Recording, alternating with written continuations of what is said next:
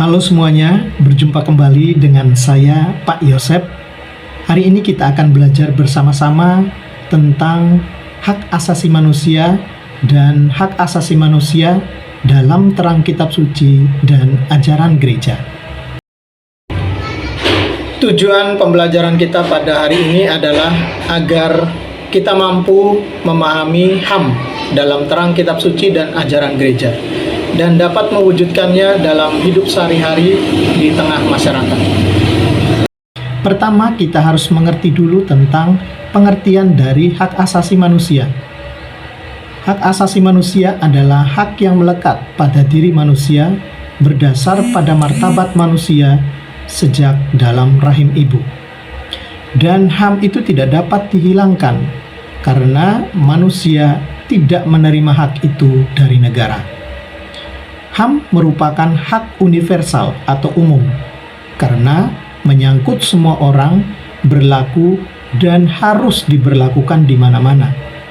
Contohnya, hak untuk hidup layak, hak untuk mendapat pendidikan dan pekerjaan, dan hak untuk menikah, termasuk hak untuk mencari jodoh.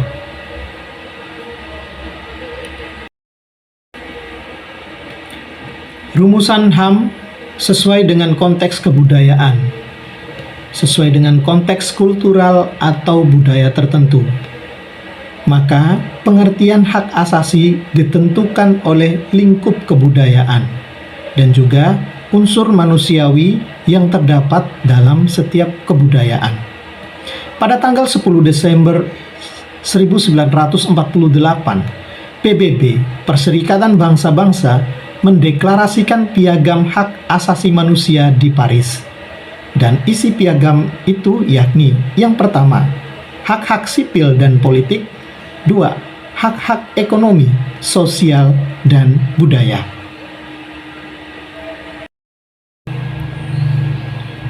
Bagaimana HAM dalam terang kitab suci dan ajaran gereja? Dalam Perjanjian Lama, teks-teks kitab suci seperti Kitab Keluaran bab 3 ayat 7-8 dan Kitab Yesaya bab 10 ayat 1-7 menunjukkan bahwa HAM ditujukan untuk memperjuangkan orang yang lemah, yang tidak berdaya dalam masyarakat. Dasarnya adalah dari tindakan Tuhan sendiri untuk melindungi orang yang tidak mempunyai hak dan kekuatan. Dan dalam Perjanjian Baru, teks-teks kitab suci seperti Injil Matius bab 23 ayat 2-4 dan Injil Yohanes bab 8 ayat 1-11 menunjukkan bahwa pewartaan sikap dan tindakan Yesus berpihak pada kaum miskin pada zamannya. Yesus mengajak untuk saling memberi, solider dengan sesama yang menderita. Dengan semangat kasih-Nya yang tanpa pamrih, Yesus rela membela mereka yang tidak mempunyai pembela, seperti contoh pendosa, orang sakit, dan orang yang tersingkirkan. Mari kita lihat HAM dalam ajaran gereja, terkhusus dalam Gaudium et Spes artikel 29. Dikatakan bahwa karena semua manusia mempunyai jiwa berbudi dan diciptakan menurut citra Allah, karena mempunyai kodrat dan asal yang sama, serta karena penebusan Kristus mempunyai panggilan dan tujuan ilahi yang sama, maka kesamaan asasi antara manusia harus senantiasa diakui. Dan setiap bentuk diskriminasi, entah yang bersifat sosial atau kebudayaan, entah yang didasarkan pada jenis kelamin, warna kulit, suku, keadaan sosial, bahasa, ataupun agama, karena berlawanan dengan maksud dan kehendak Allah.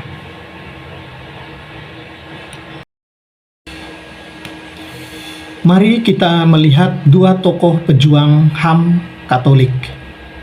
Yang pertama, Santa Teresa dari Kalkuta. Pada tahun 1970-an, ia menjadi terkenal di dunia internasional untuk pekerjaan kemanusiaan dan advokasi bagi anak-anak orang miskin dan tak berdaya, termasuk penampungan dan rumah bagi penderita HIV/AIDS, lepra dan TBC, program konseling untuk anak-anak keluarga, panti asuhan, dan sekolah. Santa Teresa adalah biarawati sederhana yang mendunia. Ia mengabdikan diri membantu kaum miskin di India. Ia melakukan 7 mujizat dan meraih Nobel Perdamaian pada tahun 1979. Pada 4 September 2016, ia dikanonisasi menjadi santa oleh Vatikan.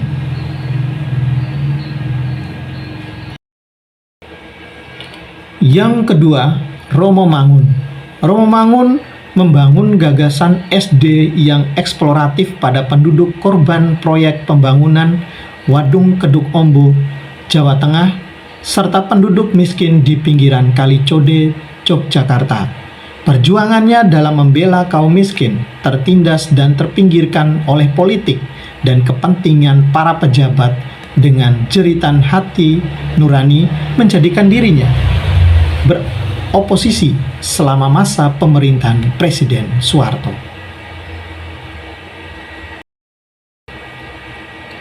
Bagaimana pandangan gereja tentang hak asasi? Hak asasi adalah hak yang melekat pada diri manusia sebagai insan ciptaan Allah dan pedoman yang tidak dapat diganggu-gugat dan harus ditempatkan di atas segala aturan hukum.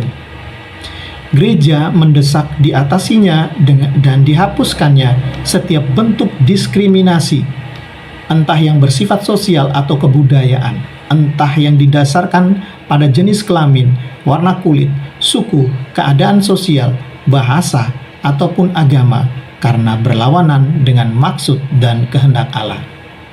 KWI, Konferensi Wali Gereja Indonesia, dan hampir semua keuskupan membentuk lembaga yang antara lain memperjuangkan hak asasi manusia dari rakyat kecil itu, misalnya Komisi Keadilan dan Perdamaian dan sebagainya. Kemudian mengadakan pendidikan dan pelatihan tentang HAM kepada para fasilitator dan masyarakat luas, dan juga mengadakan berbagai lembaga advokasi untuk membela hak-hak rakyat dan memperluas jaringan kerjasama dengan pihak mana saja untuk memperjuangkan HAM.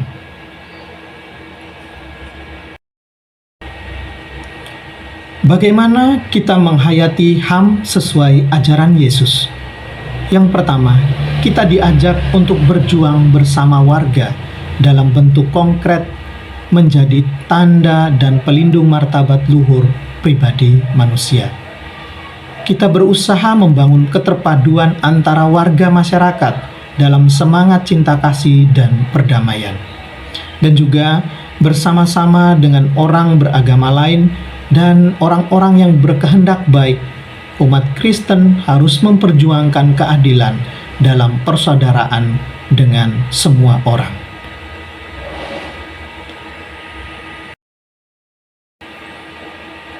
Baik, untuk tugas akhir dari pembelajaran ini, mari kita melihat kembali apa yang sudah kita dapat dari pembelajaran ini.